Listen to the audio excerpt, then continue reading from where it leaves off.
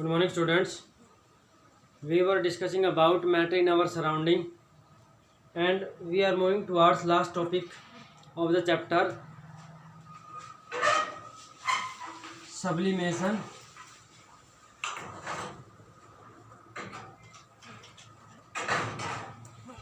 The process of conversion of solid substance directly into gaseous state without getting converted into liquid state is known as sublimation. The process of conversion of solid substance directly into gas without getting converted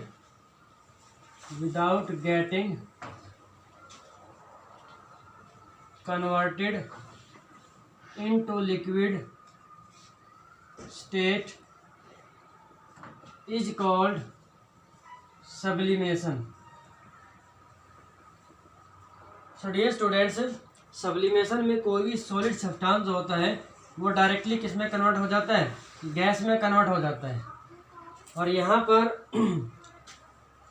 example जो होंगे, examples of sublimation, वो example जो हैं कुछ fix substances होते हैं, जैसे कि अमोनियम क्लोराइड,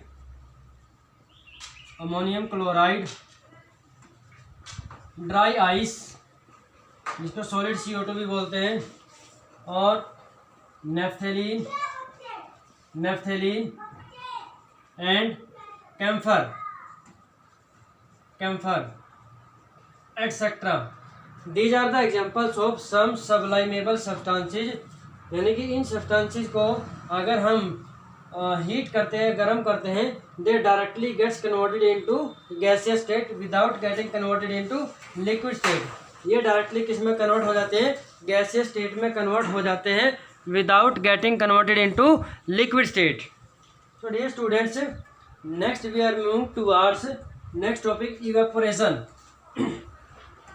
तो डियर स्टूडेंट्स, आप सभी ने इवेपोरेशन को, आपके आसपास में बहुत सारे फिनोमेना हैं जो एग्जांपल है इवेपोरेशन के. फर्स्ट आपने देखा होगा कि वाटर फ्रॉम द पॉन्ड्स और lakes that is going into atmosphere, and if we put a bowl of water in summer season in an open environment, then what we see, amount of water inside the bowl decreases. This is due to reason that water is getting converted into gaseous state. Next topic is evaporation.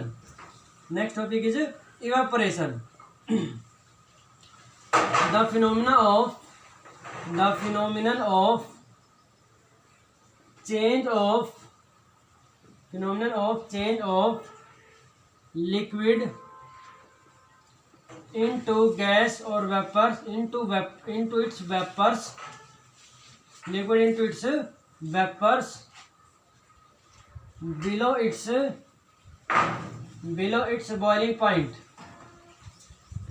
below its boiling point is called evaporation. The phenomenon of change of liquid into its vapors below its boiling point is called evaporation. देखो actual में क्या होता है, boiling point वो temperature होता है जिस पर कोई भी सब्सटेंस लिक्विड स्टेट से गैसियस स्टेट में कन्वर्ट होता है. For example, boiling point of water is 100 degree Celsius. But जब हम बात करते हैं कि समर सीजन में वाटर जो है लेक से, पॉन्ड से, या फिर एम्प्टी अगर कोई भी एम्प्टी स्पेस में प्रेजेंट कोई कंटेनर उसमें वाटर है, तो वहाँ से वाटर जो है ऑटोमेटिकली जो है बिलो इट्स बॉइलिंग पॉइंट वो वेपर फेज में कन्वर्ट होता जा रहा है. तो this is known as evaporation. Next point is cause of evaporation. यानी कि क्या कारण है कि इवेपोरेशन होता है.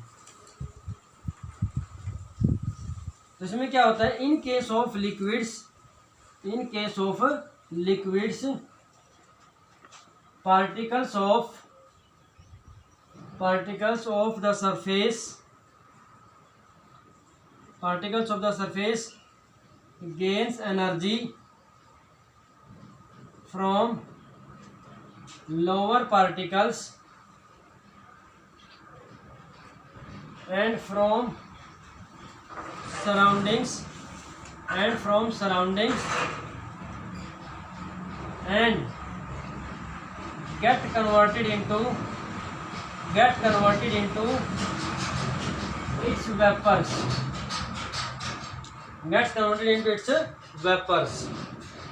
As a result,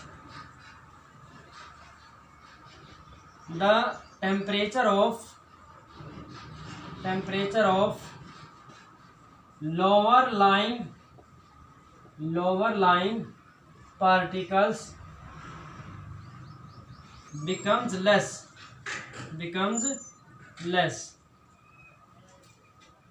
Hence we can say that evaporation cause cooling.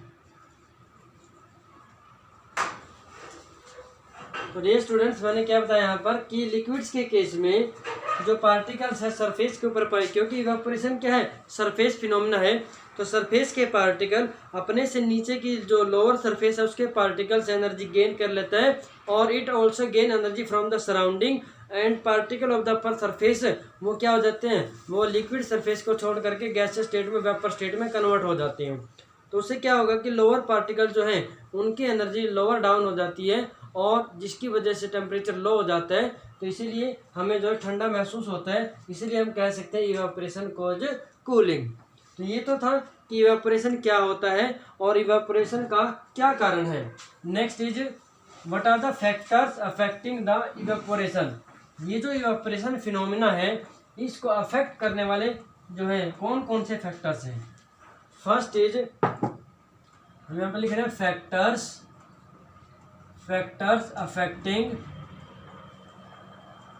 Affecting evaporation.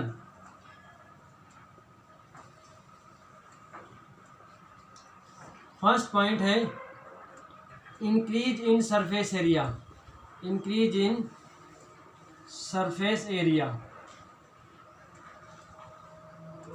तो dear students, greater the area surface area of the liquid substance greater will be evaporation. जितने ज़्यादा एरिया में जो है लिक्विड फैला होगा, स्प्रेड होगा, उतना ही ज़्यादा एरिया से लिक्विड जो है ज़्यादा से ज़्यादा वेपर फेज में जाएगा। तो इसीलिए हम कह सकते हैं greater the surface area of the liquid greater will be evaporation. आपने देखा भी होगा when we dry our wet clothes, तो हम क्या करते हैं, वी स्प्रेड देम, हम उनको जो है वायर के ऊपर या कहीं पर भी उनको सूखने के लिए डालते हैं, तो क्या करते हैं, उसको स्प्रेड करके डालते हैं। ऐसे नहीं है कि हम उनको इकट्ठा करके धो के रख देते हैं। इसका कारण क्या है कि स्प्रेड इसलिए किया जाता है ताकि ज़्यादा से ज़्यादा सरफेस एरिया इंक्रीज हो जाए और क्लॉथ जो है जल्दी से ड्राई हो जाए, क्योंकि वाटर इवेपोरेशन फास्ट होगा। इसका मतलब क्या है, increase in surface area increases the evaporation. जितना ज़्यादा सरफेस एरिया होगा उतना ही ज़्यादा इवेपोरेशन इंक्रीज होता है। हम यहाँ से क्या कह सकते हैं, area is directly proportional to evaporation. Surface area जो है इवेपोरेशन के डायरेक्टली प्रोपोर्शनल होता है। जितना ज़्यादा सरफेस एरिया होगा उतना ही ज़्यादा इवेपोरेशन होगा। Second point, increase in temperature.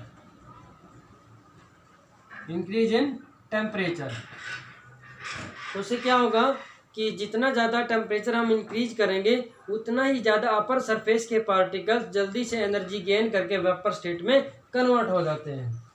Increase in temperature of liquid, increase in temperature of liquid increases evaporation because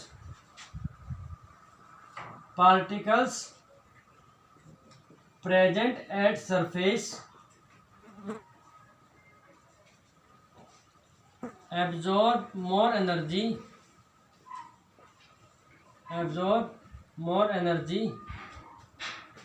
and goes to vapor state. Third one is decrease in humidity. Decrease in humidity. सबसे पहले तो dear students आपको पता होना चाहिए humidity क्या होती है।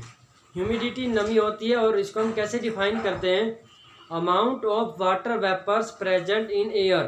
एयर में वाटर पार्टिकल सस्पेंडेड होते हैं, लटके रहते हैं, तो कितनी ज़्यादा अमाउंट जो है वाटर की प्रेजेंट है एटमॉस्फेयर में, एयर में, that is known as humidity.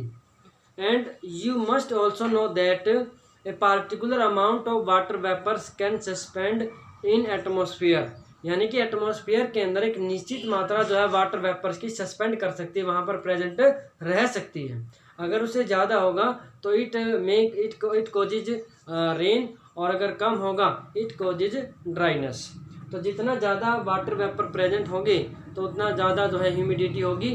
अगर ह्यूमिडिटी ज़्यादा होगी, आपने देखा होगा कि जो सर्दियों का मौसम होता है या फिर रेनी सीजन होता है, उस टाइम पर वाटर वेपर जो ज़्यादा प्रेजेंट होता है एटमॉस्फेयर में, तो उस टाइम पर क्या होता है, क्लोथ्स जो है वो डिले से जो है, देरी से जो ड्राई अप होते हैं। बट समर सीजन में क्या होता है, एटमॉस्फेयर के अंदर ह्यूमिडिटी कम होती है और उस केस में क्या होगा, और ज़्यादा वाटर वेपर जा सकते हैं, इसीलिए वहाँ पर जो क्लोथ्स जल्दी से सूख जाते हैं। तो decrease in humidity, decrease in humidity increases the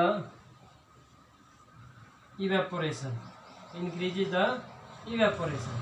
हम ये भी कह सकते हैं कि humidity is inversely proportional to evaporation. अगर ह्यूमिडिटी ज़्यादा है इवेपोरेशन कम है, अगर इवेपोरेशन कम है ह्यूमिडिटी ज़्यादा होती है। This was the third point. And fourth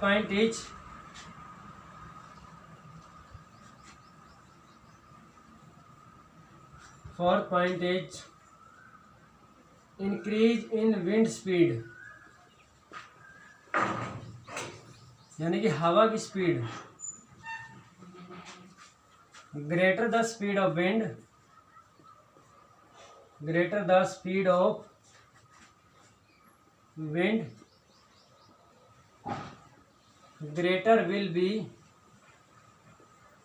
evaporation, greater will be evaporation। आपने देखा होगा जब हवा तेज चल रही होती है उस टाइम पर जो है क्लॉथ्स जल्दी से ड्राई अप हो जाते हैं, और अगर हवा कम चल रही है तो वो देरी से ड्राई अप होता है। तो इसका मतलब क्या है कि जितनी ज़्यादा विंड स्पीड होती है उतना ही ज़्यादा क्या होता है, क्लॉथ जो है जल्दी से ड्राई अप होते हैं। तो these were some important points which affect the process of evaporation. Next we are moving towards another topic. So dear students, next problem is convert the following temperature to Celsius scale. देखो mainly तो there are 3 types of scales. Temperature को measure करने के लिए 3 scale होते हैं। Degree Celsius होता है, डिग्री फ़ारेनहाइट होता है, और थर्ड जो होता है आपका केल्विन होता है। तो डिग्री सेल्सियस को और डिग्री जो सेल्सियस है उसको केल्विन में कैसे कन्वर्ट करेंगे और केल्विन को कैसे डिग्री सेल्सियस में कन्वर्ट करेंगे वो मैं आपको बता रहा हूँ। बिकॉज 0 डिग्री सेल्सियस जो होता है 273.15 केल्विन के बराबर होता है। It can be written as 273 kelvin. तो 0 डिग्री सेल्सियस को 273 केल्विन लिखते हैं। और अगर आपको केल्विन को डिग्री सेल्सियस में कन्वर्ट करना हो तो उसमें से 273 माइनस कर देते हैं। तो देखो फर्स्ट है degree Celsius is equal to 300 kelvin minus 273 kelvin, that is equal to 23 degree Celsius. तो 273 केल्विन को हमने 300 केल्विन में से माइनस कर दिया तो डिग्री सेल्सियस में टेम्परेचर निकल गया। Next degree Celsius is equal to given temperature kelvin में जो है 573 केल्विन है माइनस 273 केल्विन है, तो कितना होगा 300 डिग्री सेल्सियस हो जाता है। Next problem, convert 25 degree Celsius and 300 degree Celsius into kelvin. Kelvin में कन्वर्ट करना है। इसमें देखा आंसर, फर्स्ट 25 डिग्री सेल्सियस, तो हमें क्या करना है, डिग्री सेल्सियस को केल्विन में कन्वर्ट करना है। तो केल्विन जो किसके बराबर होता है, डिग्री सेल्सियस प्लस 273, ये फॉर्मूला होता है। तो kelvin is equal two degree Celsius plus 273, तो 25 डिग्री सेल्सियस तो यहाँ पे लिखा जाएगा 25 प्लस 273 केल्विन, कितना हो जाएगा 298 kelvin. Second one, kelvin is equal two degree Celsius plus 273, तो कितना हो जाएगा 300 डिग्री सेल्सियस गिवन है और 273 ऐड करेंगे तो ये बन जाएगा आपका 573 केल्विन हो जाता है। ठीक है, next topic is, so dear students, एक आपने वो पढ़ा था कि जो है बॉइलिंग पॉइंट पढ़ा था आपने, मेल्टिंग पॉइंट पढ़ा था आपने, ये पढ़ा था कि 0 degree Celsius is the melting point of ice. Ice का मेल्टिंग पॉइंट 0 डिग्री सेल्सियस होता है और boiling point of water is 100 degree Celsius. तो ध्यान से देखना कि एट 0 डिग्री सेल्सियस, वहाँ पर भी हमने पढ़ा था at 0 degree Celsius ice and water both exist together. इसका मतलब क्या है कि अगर आपसे पूछा जाए कि 0 डिग्री सेल्सियस पर जो है वाटर जो किस फॉर्म में प्रेजेंट होता है, आइस में या फिर वाटर में, तो आंसर क्या होगा, आइस एंड वाटर दोनों स्टेट में एग्जिस्ट करता है। At 100 degree Celsius, 100 degree Celsius पे वाटर किस में प्रेजेंट होता है, it exists in both water and water vapour. ये वाटर और वाटर वेपर दोनों स्टेट में एग्जिस्ट करते हैं। और अगर मैं आपसे कहूँ एट 25 डिग्री सेल्सियस, यहाँ पर आप देखेंगे 25 डिग्री सेल्सियस जो है 0 डिग्री सेल्सियस से ज़्यादा है और 100 डिग्री सेल्सियस से कम है। तो 0 डिग्री सेल्सियस से ज़्यादा है, तो ज़्यादा होती ही अगर एक भी डिग्री सेल्सियस इंक्रीज हो गया तुरंत वो वाटर में कन्वर्ट हो जाएगा, और अगर 100 से एक भी डिग्री इंक्रीज हो गया तो वह वाटर वेपर में कन्वर्ट हो जाता है। तो 25 डिग्री सेल्सियस पर water will exist in liquid state. किस स्टेट में एग्जिस्ट करेगा, लिक्विड स्टेट में एग्जिस्ट करेगा। So dear student, we have discussed very important topics today and I hope you all have got it. And next homework or assignment is given to you and I hope you all are doing homework or assignment side by side at your home. So dear student, this is the assignment for today. How evaporation causes cooling.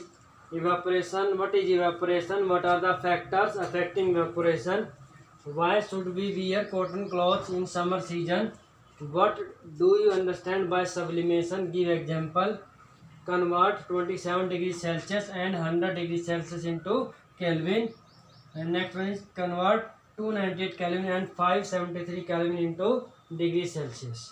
Thank you and have a nice day.